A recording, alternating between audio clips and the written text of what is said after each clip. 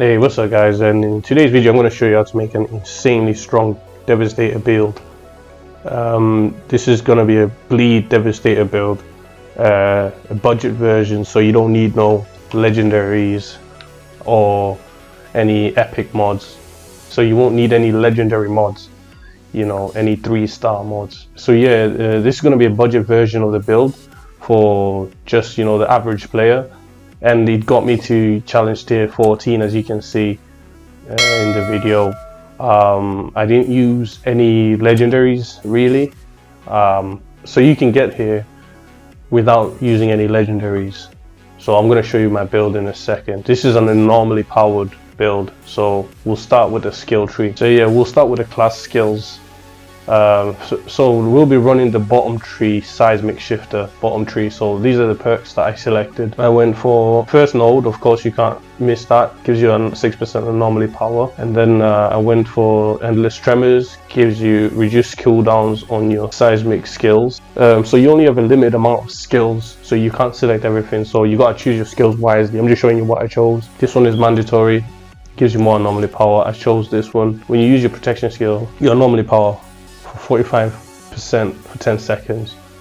So this is mandatory, you have to select that. Resistance piercing 15%, increase your anomaly power by 60%. This ignores some of the boss defenses when they enter resistant modes. Like the elites do that a lot, enter into resistant modes, and this will ignore 15% of that. And then that is mandatory, extra 6% power. And then increase bleed duration by 30%. Red Rivers, you must select this. I also selected more cooldown as well for endless tremors. And then anomaly reservoir, another 6% anomaly power. And then damage, for increased damage to enemies who are on low health. It's pretty useful. And then increase bleed duration, so it gives you even more bleed duration. You want your bleed to last as long as possible, because in this build you regain health when the enemies are bleeding. Increase anomaly power, so you want to get this bottom one as well. The bleed effect inflicted on enemies deals 30% more damage. And blood donation, you are healed for 25% of your bleed damage. So this is mandatory. Without this, I don't think the build works at all. Increase skill leech, and then protected by anomaly, it gives you increased armor, which is pretty good perk. Increase your armor skill sentry, self-explanatory. Increase more resistance pierce, this will ignore more of the enemy's defenses, which is good. And then select the last skill, increase seismic skills base damage by 50%, and also increased more bleed damage. So that's pretty much it. This is all you need to put for the class skills. Some of these are not really useful. Melee damage is pointless, it doesn't do that much on this build, so there's no need for it. And another one, firepower, is your gun damage, but you're not using any guns in this build really. You'll be using your guns, but not for damage purposes. And then you won't be using any of these skills in this build. You can, but not on the build I'm recommended. And then as for the skills, earthquake is mandatory, so it deals a shockwave in front of you. Golem protects you, gives you extra defenses. And then impale an enemy for high damage, and they bleed. So yeah, that's the class and the skills set. So as long as you got all these, this will be a majority of the damage, impale and earthquake. And then we'll go to the mods right now in the next page. These are the essential mods that are needed to make this build work. And of course, it's all anomaly powered. Make sure all your gear is anomaly powered like this. As long as you got anomaly power on all your pieces, you should do some significant damage with your skills, because anomaly power gives you skill damage here. And these are the mods which are essential to the build. So the tier 1 mods, so anyone can do this. You don't need any tier 3 legendary mods. You can do them with mostly tier 1 and tier 2 mods. So essential tier 1 mod you need is earthquake, bleed, bioshock. Basically adds bleed effect to the earthquake, so this will allow you to apply bleed to large groups of enemies, allowing you to heal. Extra earthquake, this is another one, so it will give you 2 earthquake slams. Ground crash just increases earthquake damage. It's not essential, you don't really need this, but it's just an extra added boost, but it's not essential. Armor boost, This is also a decent one, but it's not essential. It just gives you extra armor for for each enemy with Earthquake you hit. Earth's Legacy, increase the skill range. This is necessary, you need this. So if you've got this on any of your armor pieces, that's cool. So you need this one, increase the skill range by 60%, bleed, and extra Earthquake. So you need 3 armors with this. This one just increases your armor. For the golem skill, you don't need any mods really. You could add perseverance, makes it last twice as long, or you could give it bleeding impulse. Basically does a shockwave of bleed on enemies around you. So if you're surrounded, it will bleed them. Another great one is Golem of Death. If you do kill enemies while Golem is on, it will extend it by 2 seconds. So if you've got large groups of enemies, you can sustain this for a while. The Golem mods are they're not necessary, they're just extra bonuses. For the Impale, you really want Impaler. This is necessary. You get 2 Impales instead of 1. So you need this one. Another necessary mod for Impale is Spike Forest. It hits additional enemies, so instead of hitting 1 enemy, it hits 2 enemies. And then the rest is just bonuses. So another good bonus is to add Rivers of Blood. So when they're bleeding and you hit them with Impale, it'll do 50% more damage. Those are the only tier 1 mods you need. Like I said, you don't really need tier 3 mods. The only tier 2 mod that is necessary for this build is Bloody Boost. Bloody Boost boosts your damage against enemies inflicted with bleed by 15%. So it gives you a 15% increased damage to enemies while they're bleeding. So all your skills and guns will do increased damage. Yes, those are pretty much all the mods you need. Of course, you can make this more powerful with legendaries and tier 3 mods, but I purposely made this for the average player who's struggling, because all the builds I see, people had all these OP build bleeds, but none of them are budget version friendly. They're all using legendaries and tier 3 mods to make them OP and all these legendary sets. So this is just what got me to the higher tiers. So as soon as you get to higher tiers, like challenge tier 10 plus, the enemies start getting incredibly difficult to fight. I wasn't running any builds before that, but they start getting much tougher and stronger and harder to beat. So yeah, with this build, you should be able to defeat most of the challenge tiers until you get your gear up. Make sure you level up your gear as well. So if you've got one lagging piece, let's say all your pieces are level 45 and you got one piece that's level 40, you might want to upgrade that to make sure it's not gimping you, because that's the way the scaling works in this game. It's based off your average item level. So if you've got one weapon or armor piece that's really low, it's gonna gimp the whole build. I found out the hard way. You'll get like way less HP and attack and damage if you just using one weapon or armor piece that's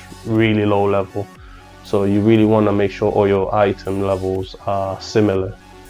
But yeah, as long as all these stats are like anomaly powered, your anomaly powers will do decent damage. For the gun builds, you run a debuffing gun. You want to have 2 guns. One gun that can apply resistant breaker. So with what resistant breaker basically reduces the enemy's resistance by 35%. This basically, when the elite enemies, the boss type enemies, activate resistant mods, you'll see when you shoot them or try to apply effect, it says resist. So that's what resist is. They resist all your effects, your damage, you know, some effects you can't apply them. This will reduce that effect on the enemy by 35%. I think they have about 60% resistance, so this will almost halve that and basically allowing you to do more damage. So this resistant breaker is, you need to apply it. You just shoot them one time, it applies it. Since this is a bleed build, have a gun that applies bleed while your skills are on cooldown, so that enemies are constantly bleeding and you're constantly healing. So as long as the enemy is bleeding, and you're going to be healing and regenerating health. This build is pretty flexible. You can add pretty much any mods you want on the build, but I recommend adding vulnerability. This basically lowers the enemy's defense by 15%, so allows you to do 50% more damage. So if you put these two together, when the enemy is in resistant mode, it will lower the damage even further. So if you can find a gun like this one, which I have here, I basically managed to find a gun with resistance breaker as its default perk, and I put down vulnerability. So as soon as I face an elite, I shoot him with this gun, apply both vulnerable and resistance breaker on them, then I start spamming my skills and my bleeds, and they take tremendous amount of damage. So I'll show you in the gameplay video. You can do crazy damage on some of the stronger enemies, the elites and the bosses. So always use your skills when you've got these perks up, you know, vulnerable or resistant breaker. I'd even have your sidearm I'd put them on your sidearm or any weapon if you're lucky enough to roll these two, you know. So yeah, that's pretty much it for the perks. So yeah, I'm going to show you some gameplay. Of course, you'll see the gameplay, see how strong this build is, and yeah, hopefully this build helps you out. And if you have any other questions or recommendations, let me know in the comments below. Like I said, I wanted to make this build for lower level players or to average players, people still struggling with the game, you know, or even if you're struggling with the end game, hopefully this build can help you out. On all the vids I see online, most of the builds I come across, they're using, you know, legendaries with all crazy legendary perks. So yeah, like and subscribe if this video helped you out, and I'll see you in the next video. So this is a tier 13 run. I'm just going to briefly show you how the build works. So you want to, the first skill, you want to engage your golem to increase that anomaly power and apply the earthquake. You know, when enemies are bleeding, then you can use the impale. So you get basically 4 skills to use. And you use just your guns whenever your skills are on cooldown. So with your gun which got bleed, boom, I'm constantly applying the skills. Look how much they're bleeding for, you see, and I'm constantly healing, and I'm using my gun. Apply golem when it's up, more damage. Look at the damage, see. And if you're fighting an elite like this guy, you want to pull out your weapon with the resistance breaker like this. Shoot him with your weapon. Now he's got resistance. His resistance breaker's up. Boom. This is tier 13. It's one of the highest. As long as enemies are bleeding, you will be healing.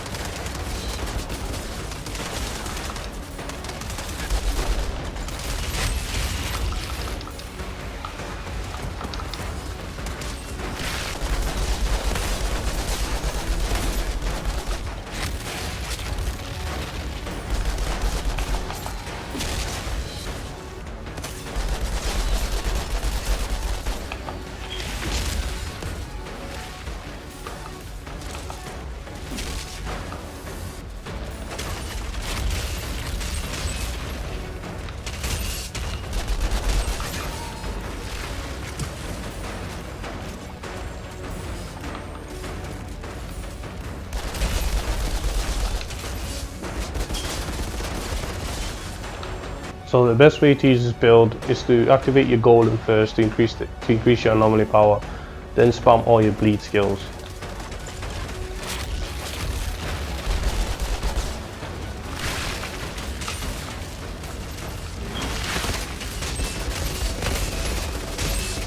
And also try to have them lined up in front of you to have your earthquake to hit them in a straight path. So that'll be the majority of your damage, and yeah, you'll be hard to kill. Have all these defenses up.